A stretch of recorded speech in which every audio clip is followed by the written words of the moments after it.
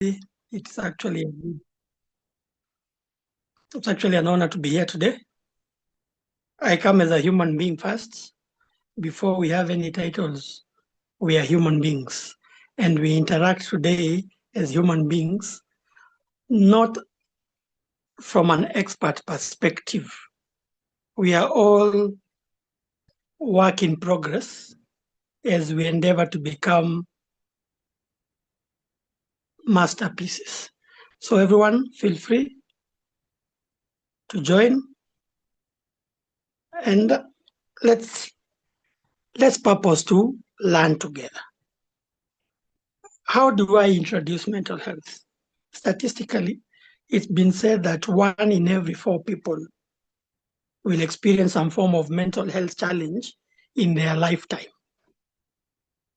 That means at least one of our close family members, one of our friends, colleagues, is navigating their mental health in ways that we could never see. And the saddest truth is that as the many and the majority struggle quietly, masking their battles under smiles and routines, and I am fine, the normal facades, you cannot tell by looking whether someone is struggling. In most workplaces, provisions have been made for people with other forms of impairment or the ones that are able differently. But the world does not make room for the internal struggles. And most of the times we are taught to push through, to pretend to have it all together. But in reality, our brain is very vulnerable.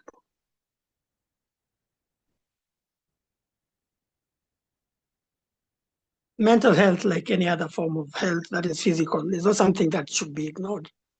In fact, it is said that there is no health without mental health. There's no future without mental health. Nothing makes sense to any living human being when they are mentally disturbed.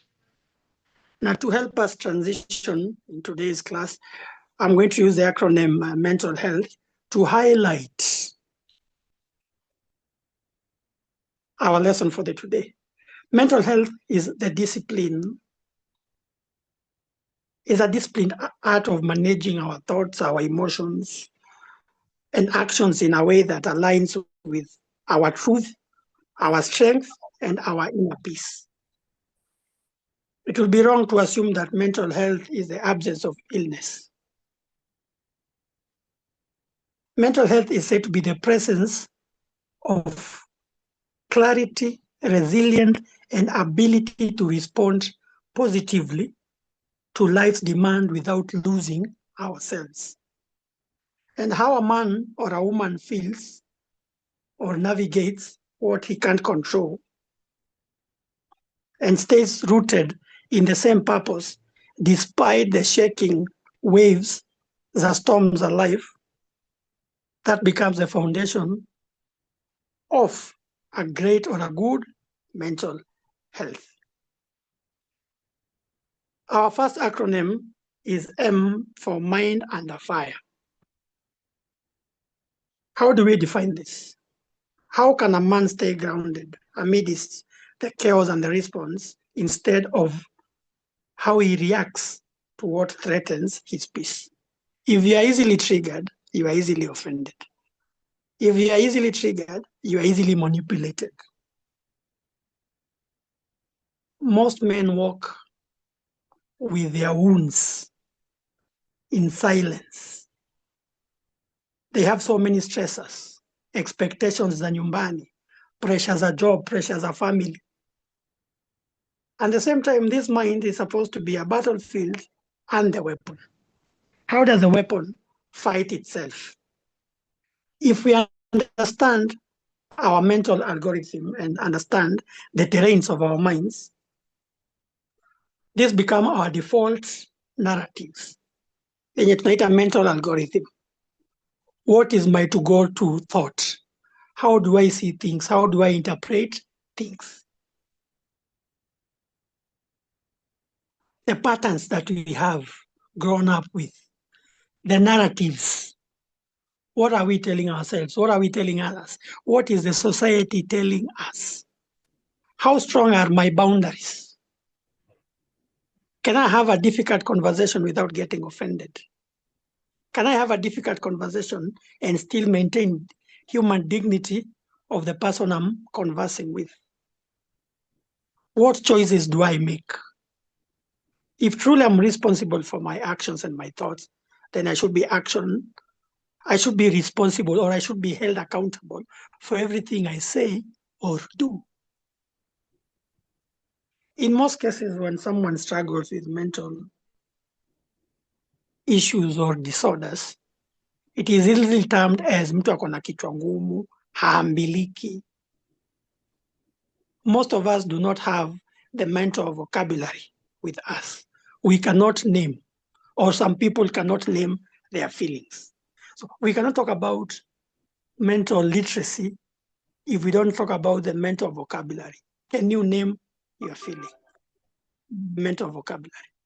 Can you apply? That is a mental language. Now that you've learned these things, how can you apply them? Then we can proceed to mental intelligence. What is the application? Can you apply it in day-to-day scenarios to help you transition, to help you make logical decisions, to help you problem solve in a way that does not leave human debris? The truth does not have to be bitter. We can still be persuasive without being abrasive. So when we talk about the mind being on fire, under fire, is acknowledging that having that mindset, being mindful, being present, the here and now, is not optional, but it is a survival skill, day to day. Next slide.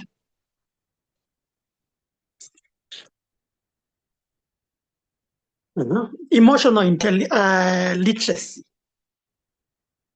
And I have defined it as a man's emotional literacy as his ability to translate pain into language rather than violence, withdrawal, or pretense.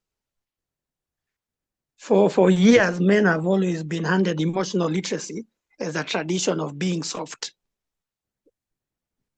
That when you share what you are going through, you are considered less of a man.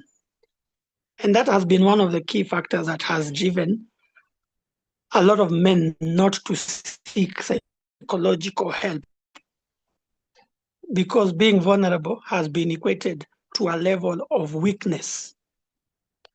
Ati mwanaume anaendaje therapy? Unaendaje kuambia mtu mwingine vitu zako? Mwanaume ni kutatua shida zake. Kila mtu akondeshwe na zake. Yet this person is so much overwhelmed and they have never been taught how to ask for help. For us to be able to navigate our emotions, we need to be able to name them.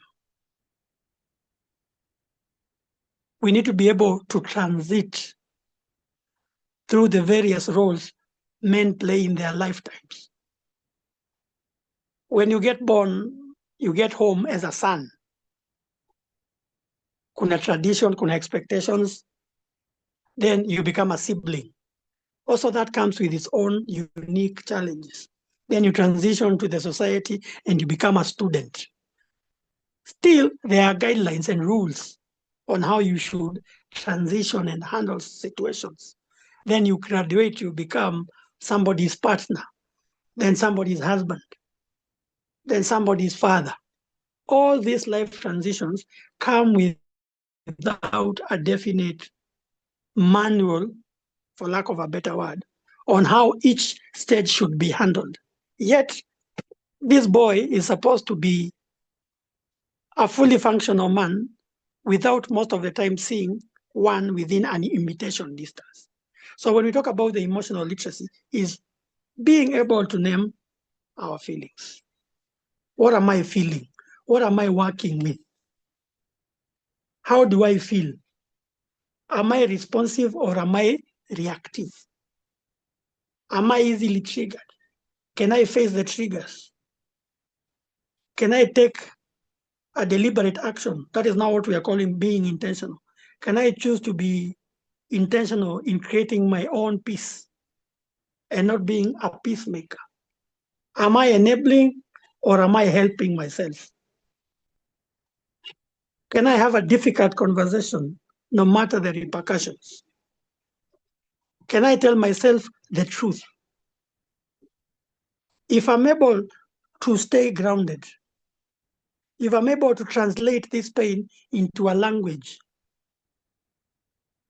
that I can understand, that I can express myself in without violating the rights of others, then I can talk about being emotionally aware. I can talk about being emotionally literate. Then I can talk about being emotionally intelligent.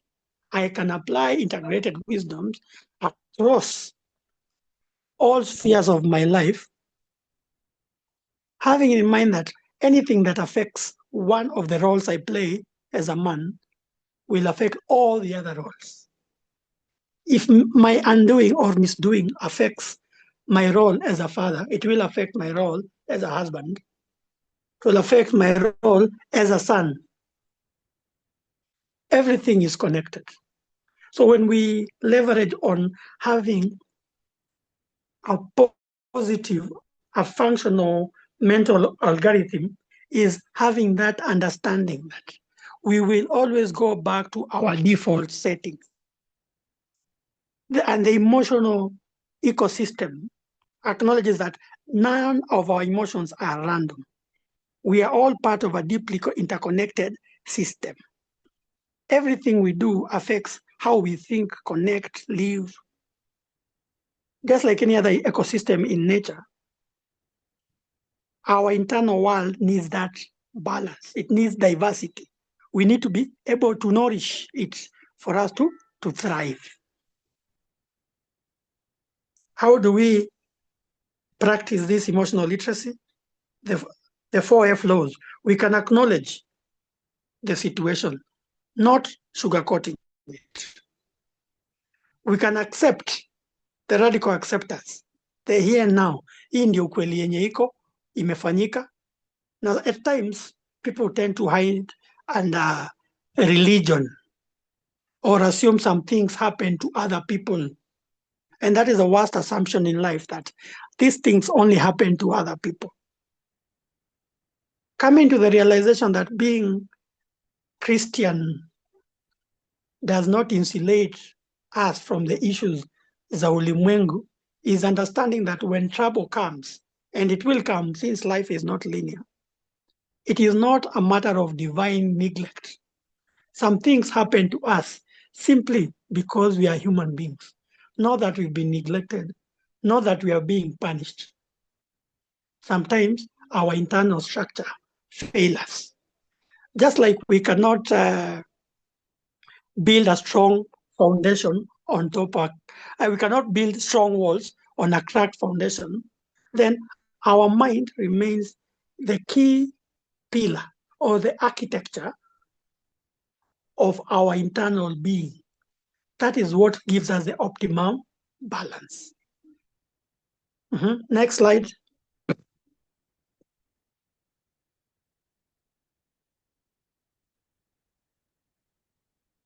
Nurin. Thank you. Narrative rewriting. What do you tell yourself? How often do you edit your internal scripts? How often do you choose not to be an echo of what hurt you? And coming to the realization that nobody is coming to save me. That them hurting me was their decision. Healing is my responsibility. There comes a time in every man's life that you must acknowledge that no matter how bad things are, the only person that has the power to take over the reins of your life is you. Being that you are the architect of your future, that you will walk into a future that you prepare, not a future that you wish for. Then squarely that means that you are 100% responsible for your life. Meaning, if I continue to take my life casually, then by all means, I will always end up a casualty. What we do not heal wounds us over and over and keeps us locked in a loop where we are waiting for external help rather than take the initiative, no matter how difficult, no matter how vulnerable it makes us look, to be able to take back the reins of our lives. As we transition through life, some of the circumstances or issues become hard and tricky. At some point, someone will struggle with a loss, and loss being one of the major 6 soul wounds of humankind.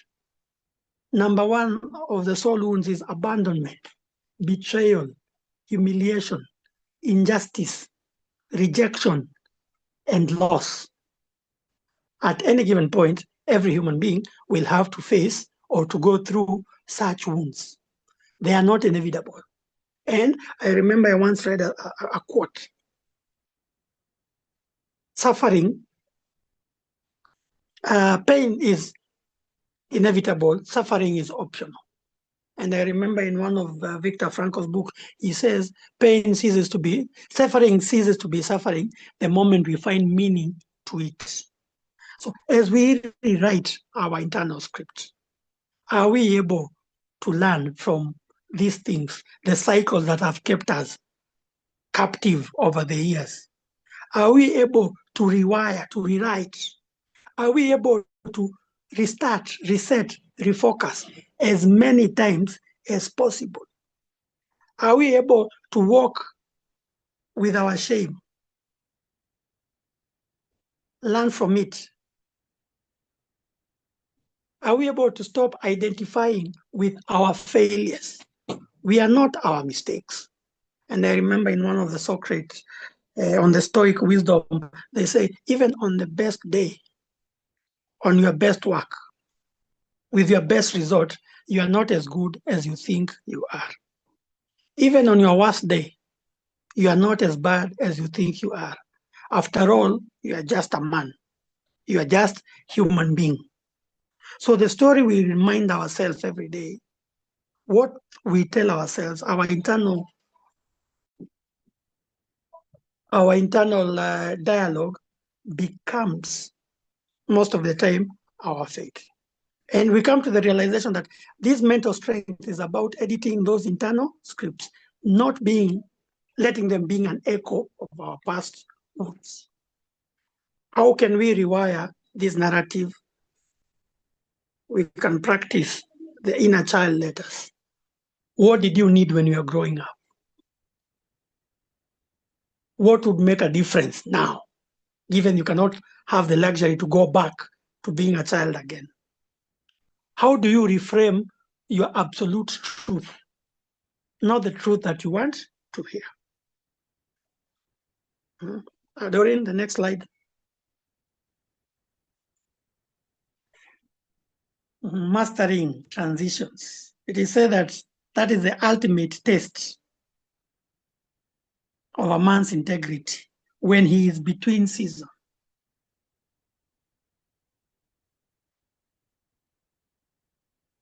From each stage, from each role we play as men,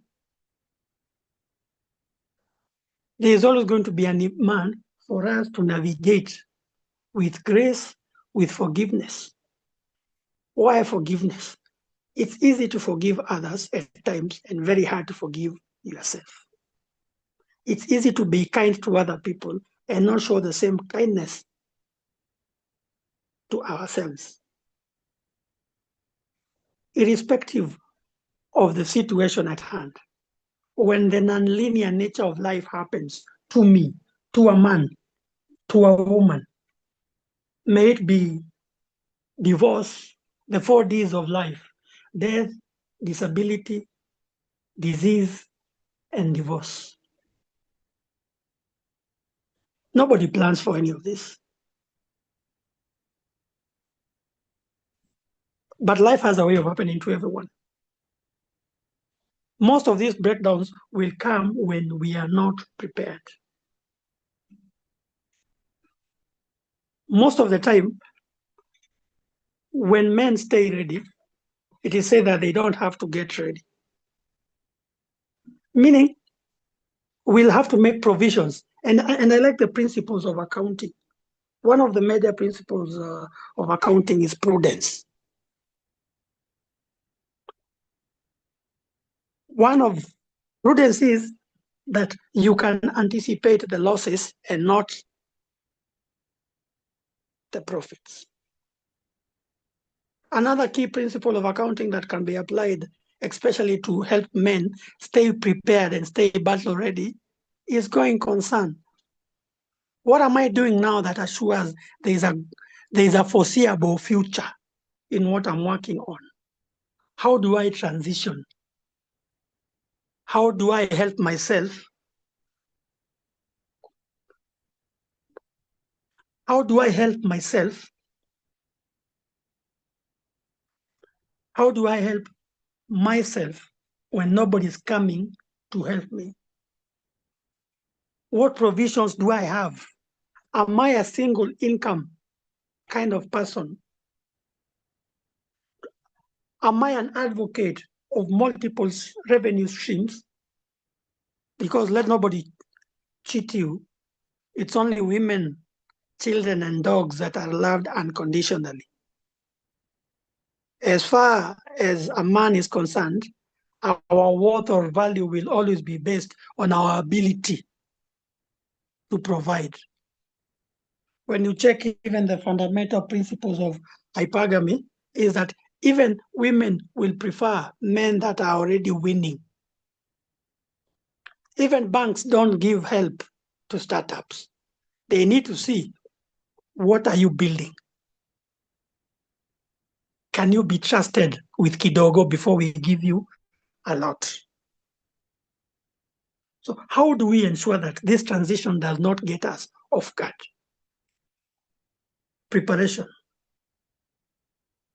Role fatigue inventory. Resilience blueprint. How would I bounce back?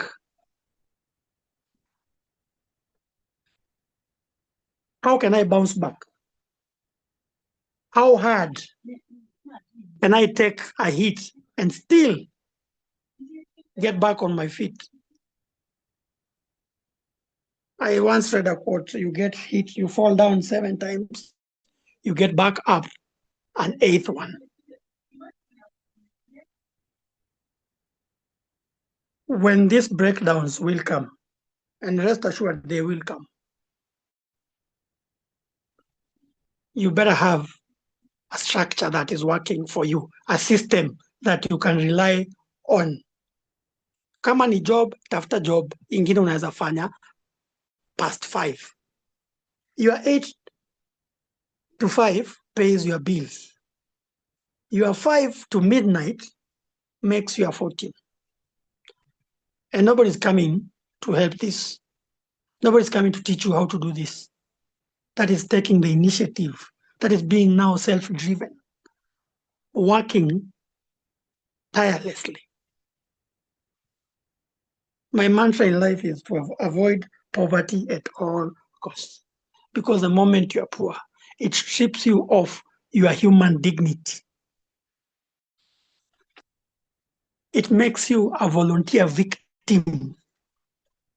Anything that is bad that can come to men will come to you at your almost and utmost low point. Your preparation before the disaster strikes will determine how resilient you're going to be and how you're going to make a comeback. Trust the process. Work on yourself. The Japanese call it the Kaizen principle, 1% daily improvement. The only easy day was yesterday. As a man, there are no easy days. You have to be prepared 24/7. Thank you. Next slide, please.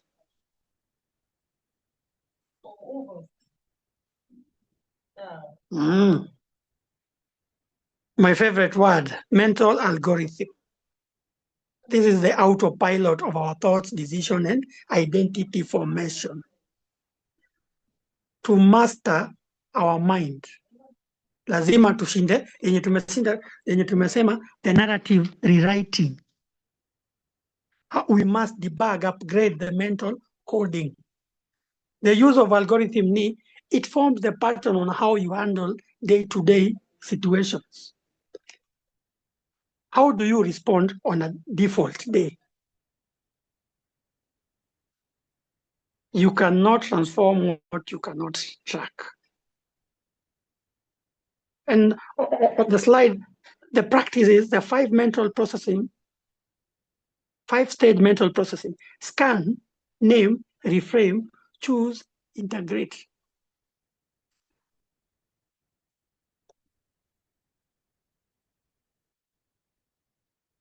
This becomes the foundation of mental health.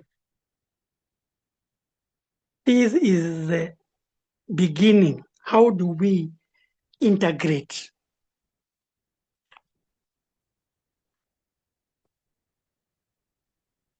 How can we find the connection?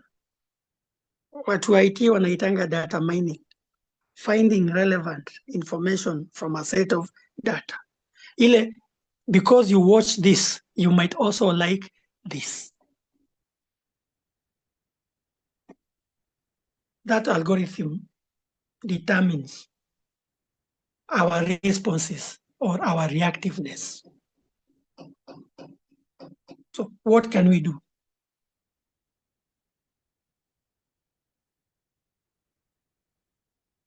Proper decision-making models,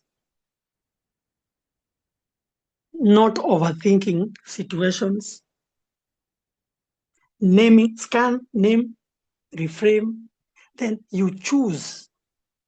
That is the last of the human freedoms, freedom to choose.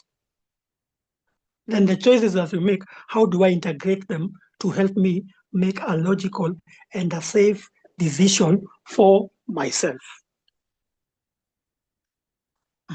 Next slide, please.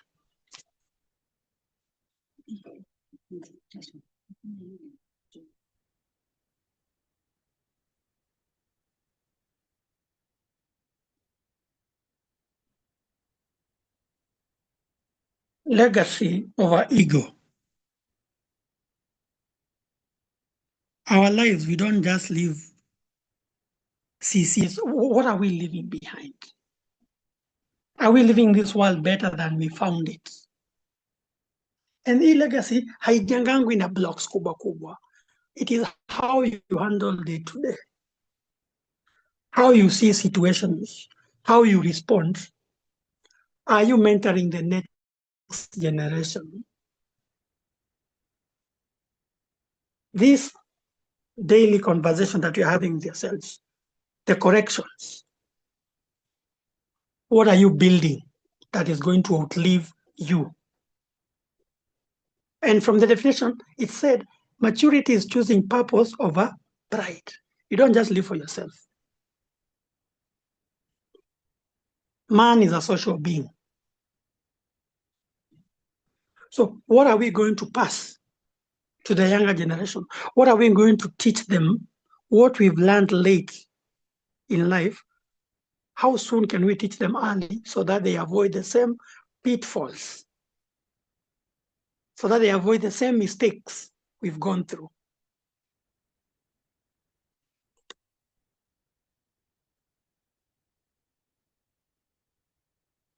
That is the making of a legend. When we call somebody a legend, is what they have left behind.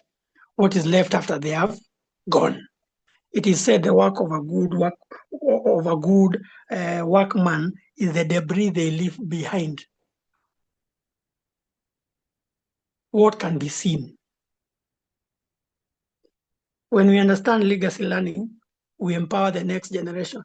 Ni yenye Chinese wanasema mtu mjanja anapanda mti yenye hata kuwa kukula matunda.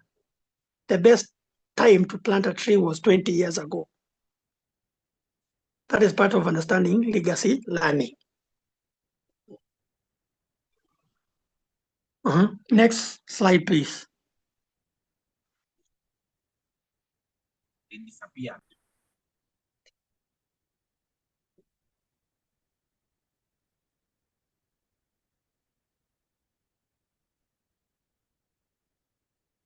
Healing the inner son. Until this little boy who is wounded is seen, the man will forever remain reactive. Unprocessed childhood experiences, shame, absence, abuse, they do not disappear. It's just that I wanted to get up. I felt like I was going to fall, and I grabbed her by the hair. That's all that happened. Yes, I screamed because it hurt, but I know you would never try to hurt me. Your microphone. Thank you.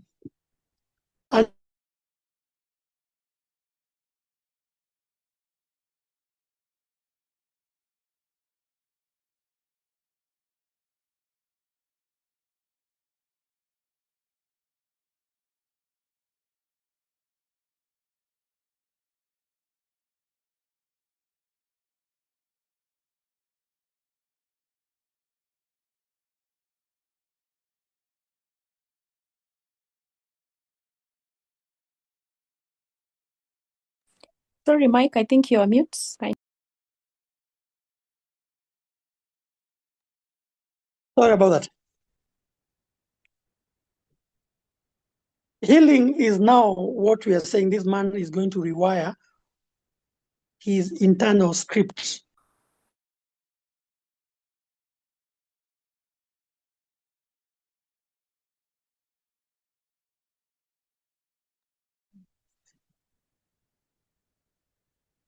Sorry, somebody keeps muting me.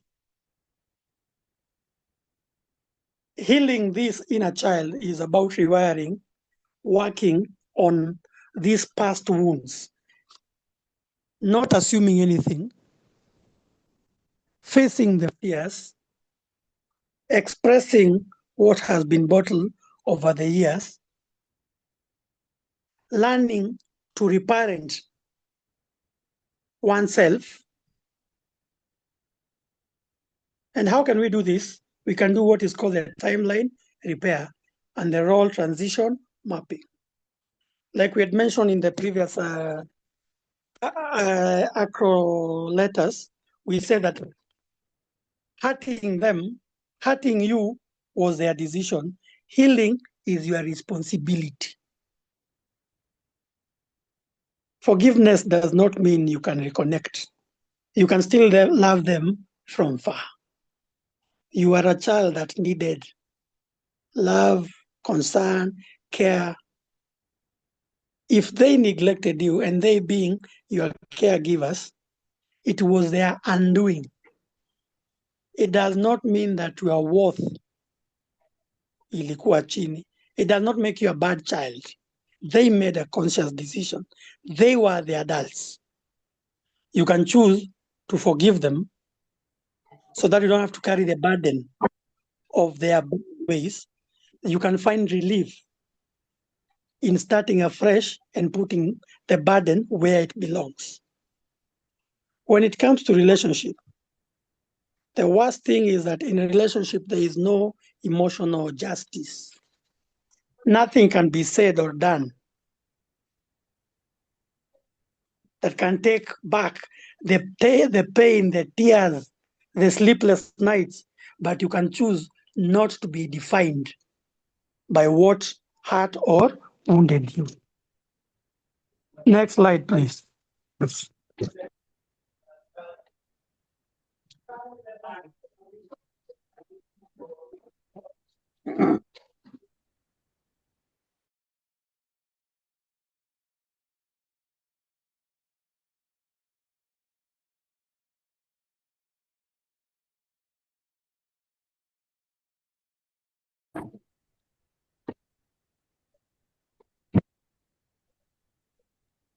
It's already there on the screen,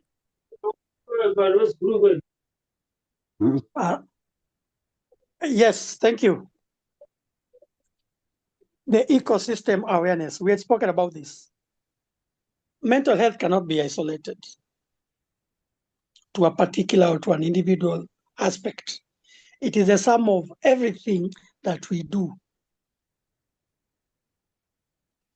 When our body speaks, our old stories will never reveal. And when we talk about mental mastery, it is taking the holistic approach, how we handle or how we treat the system, not just the symptoms. Hii ecosystem ni nini? Tunaita hii emotional ecosystem. This is the interconnection, how we think, connect, live. It is finding the equilibrium, the inner balance. It is working through the diversity and nourishment. So how can we define it in simple terms? It is the interplay between thoughts, feeling, belief, memory, and our nervous system, compounded by the external environment. That is what it means to have an awareness of our emotional ecosystem. How do these parts affect each other? How do you process your anger? What do you learn from your sadness? What alerts you of your fears? How do you expand your joy? And a key component of this emotional ecosystem is what we tackled earlier on emotional literacy. Can you name what you feel? And most men were never taught the language of emotion. They may speak fluent in logic, and they stumble through vulnerability. We cannot tame what we cannot name. You can't navigate what you do not know. Emotional agility. Can you pivot and adapt emotionally? Or do you get stuck? Agility means that you feel fear and still move forward. What is your emotional memory? How past emotional injuries shape current reactions?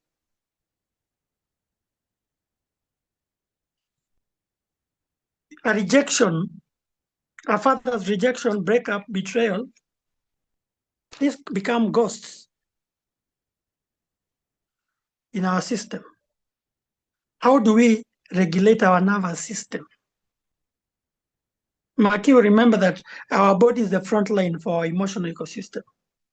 If the system is constantly on flight mode or freeze or flight or phone, our system becomes a war zone.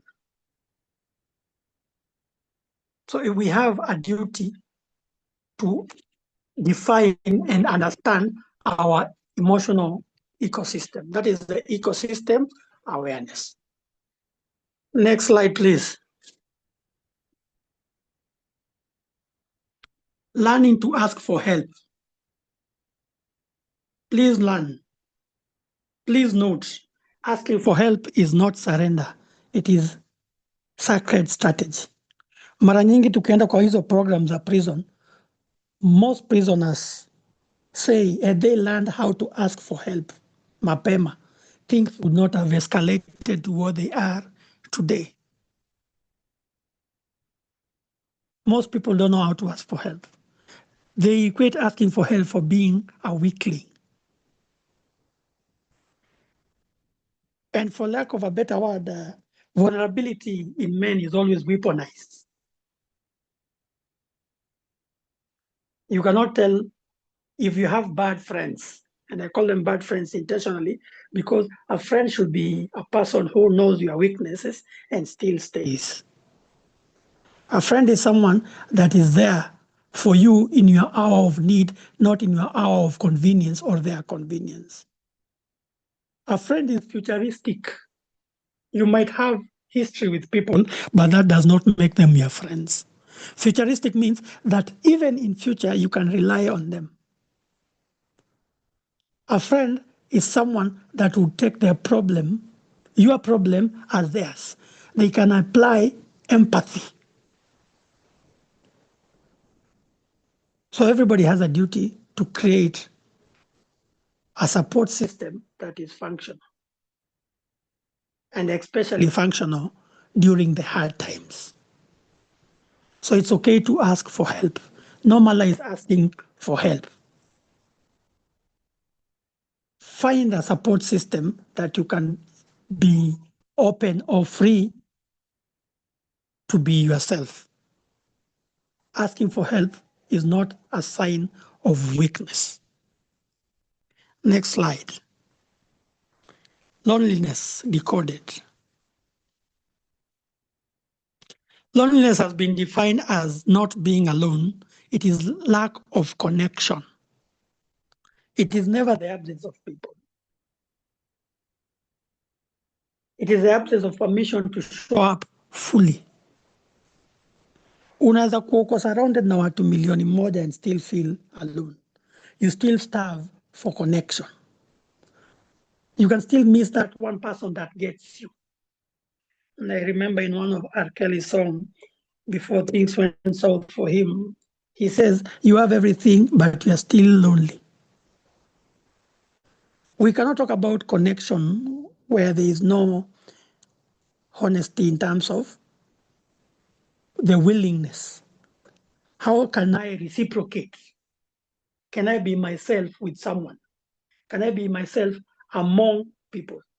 Can they meet me at my emotional frequency? Can I have a difficult conversation? Am I teachable enough? Do I have intellectual humility? Nobody is easy to live with in this world. So to the people in your inner circle, know that they are trying. Despite the hardships, they still show up for you. Be the friend you have always wanted to be. Next slide, please. Truth telling. It is said that healing begins at the intersection of honesty and radical responsibility. Are you able to say the hard things? Are you able to tell the whole truth to yourself first? What you hide will hold you hostage. So how do we practice truth telling to ourselves? We practice weekly confessionals. We have an emotional honesty meter. Can I tell myself the truth? Can I hold myself accountable?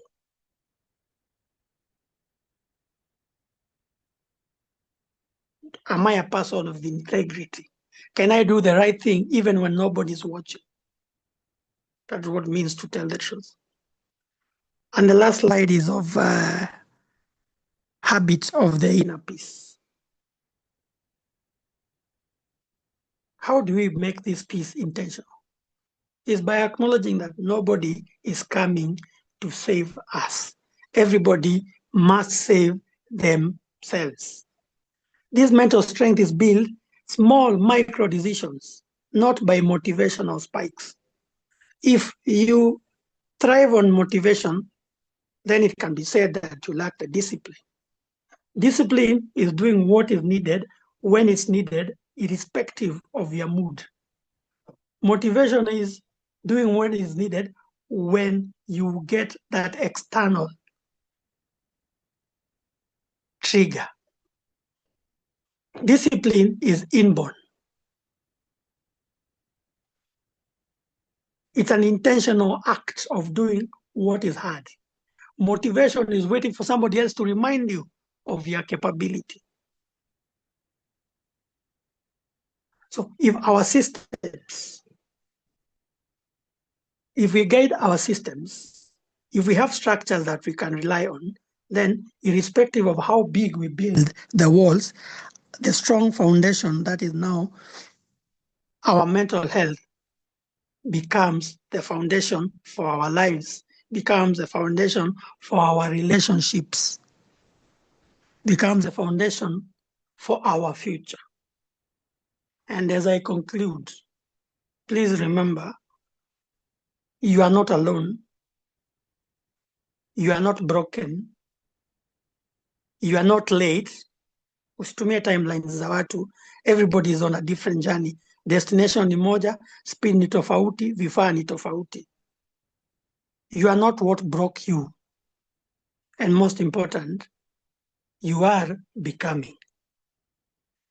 Thank you very much. Back to you, Doreen. Wow, wow. Thank you. Thank you very much, Mike. I'm trying to go back for those who missed out where we started. And this is where it all began, with Mind Under Fire. And thank you for bringing out that acronym, mental health, in such a great way.